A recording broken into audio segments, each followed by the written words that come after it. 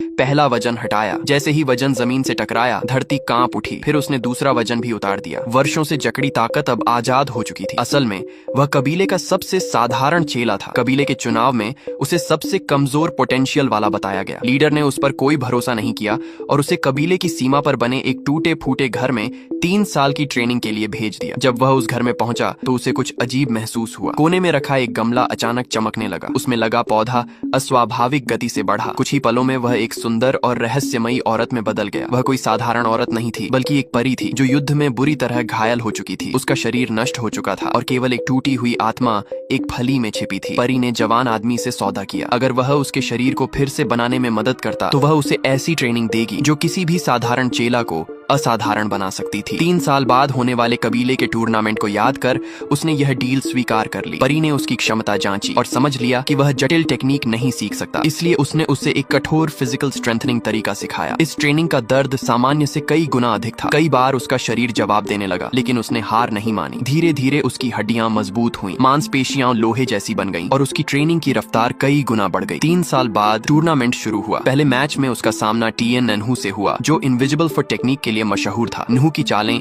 आंखों से ओझल थीं, लेकिन जवान आदमी ने पीछे हटने के बजाय सीधी टक्कर चुनी। अपनी रफ्तार और सहनशक्ति के दम पर उसने नन्हू को हरा दिया, यहाँ तक कि उसकी मना की हुई टेक्निक भी बेकार हो गई। दूसरे मैच में बड़ा भाई सामने था, कबीले का सबसे शक्तिशाली योद्धा। लड़ाई शुरू होते ही दबाव बढ़ गया। जवान आदमी जितनी भी तेजी से हमला करता, बड़ा भाई हर बार को सटीक ढंग से रोक लेता। कई राउंड के बाद बड़े भाई ने उसका हथियार 2 टुकड़ों में काट दिया। नीचे बैठे शिष्य और बुजुर्ग मान चुके थे कि अब उसकी हार तय है, लेकिन उन्होंने यह नहीं देखा कि उसके शरीर पर पहले से ही बर्फ का अदृश्य कवच था। जब बड़े भाई ने आग से भरा आखिरी हमला किया तो पूरा मैदान लपटों में घिर गया। लीडर ने उसकी हार घोषित कर दी। तभी धुएं के बीच से वह बाहर निकला। उसका कवच टूट चुका था, शरीर झुलसा हुआ था, लेकिन उसकी आंखों में डर नहीं था। एक ही मुक्के में उसने बड़े भाई को पीछे उड़ा दिया। फिर भी